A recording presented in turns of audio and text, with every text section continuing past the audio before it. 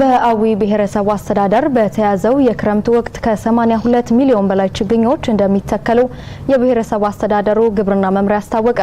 መምሪያው የምትተክል ሀገር የሚያጸና ትውልድ በሚል መሪ ሀሳብ የሚተገብረውን የ2016 የክረምት ወራት የአረንጓዴ አሻራ መርሃ ግብር በስኬት ለማጠናቀቅ ከባለድርሻ አካላት ጋር በእንጅባራ ከተማ ውይይት አካሂዷል። ሳሙኤል አማረ ተጨማሪ አለው። በአዊ ብሔረሰብ አስተዳደር በተያዘው የክረምት ወቅት ከ82 ሚሊዮን በላይ የደን የአትክልትና ፍራፍሬና የመኖ ችግኞች እንደሚተከሉ የብሔረሰብ አስተዳደሩ ግብርና መምሪያ አስታውቋል። መምሪያው የምትተክል ሀገር የሚያጸና ትውልድ በሚል መሪ ሀሳብ የሚተገበረውን የ2016 የክረምት ወራት የአረንጓዴ አሻራ መርሃ ግብር በስኬት ለማጠናቀቅ ባለድርሻ አካላት የተካተቱበት ውይይት በእንጅባራ ከተማ አካሂዷል። የብሔረሰብ አስተዳደሩ ግብርና መምሪያ ኃላፊ ዶክተር ታደሰ አስፋው በተያዘው የክረምት ወቅት በበጋ ወራት የተሰሩ የአፈርና ውሃ ጥበቃ ስራዎችን በስነ ህይወታዊ ዘዴ ለማጠናከር የሚያስችሉ ዝግጅቶች መከናወናቸውን ተናግረዋል። በዚህ በአመት ወደ 82 ሚሊዮን ችግኝ በ6585 ሄክታር መሬት ይሸፈናል ተብሎ ይታሰባል። ጉድጓድ ወደ 40 ሚሊዮን የሚሆን ጉድጓድ የማዘጋጀት ስራዎችን ሰርተናል። ወደ 6585 ሄክታር መሬት የመለየት ኤክስዋይ ኮኦርዲኔት ላይ የማስፈር ስራዎችን አከናውነናል ማለት ነው።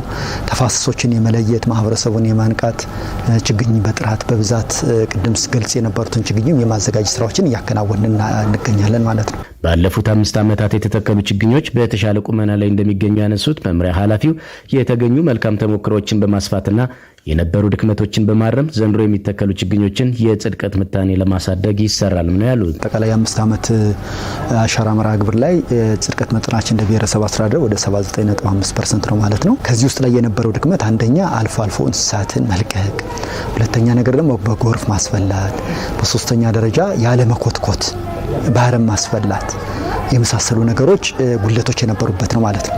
በዚህ አመት ደግሞ በተሻለ ማህበረሰቡን ቅድም እንዳልኩት ሁሉ በተፋሰስ ደረጃ ሄደን አንቀሳቅሰና ባለቤት እንዲሆኑ ከዚህ በፊት ደግሞ የኢኮኖሚ ምንጭ የሆኑትንም እንደተሞክሮነት ያቀርበናቸው አርሶ አደሩ ባለቤት እንዲሆን እንስሳትን እንዳይለቅ እንዲኮተኩት ባህርም እንዳያስፈላ በጎርፍም ደግሞ ከላይ መቀልበሻዎችን እንዲያዘጋጅና እንዲቆፈር የማረግ ስራዎችን አሁን ላይ ቅድመ ዝግጅቶችን እያደረግን ያለንበት ሁኔታ ነው ያለ።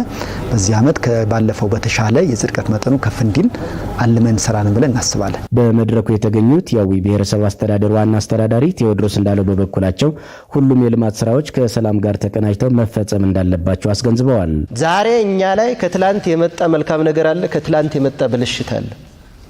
መልካሙ ነገር ወደፊት ይገፋናል፣ ብልሽቱ ደግሞ ወደ ኋላ ይጎትተናል። በዚህ ትይዩ ሁኔታችንን በአግባቡ አውቀን እያንዳንዱ አመራር ዛሬ የሚሰራው ስራ ለነገር ነው የሚለውን አስተሳሰብ ይዞ የድሉን ጊዜ በማቅረብ አካባቢያችንን ቶሎ በማስተዳደር አሁን የተጀማመሩ ነገሮችን በማስፋት ኃይል በመሰብሰብ በማሰማራት ያለንበትን አውድ አመራር አሰጣጥ በአግባቡ መረዳት ይገባል።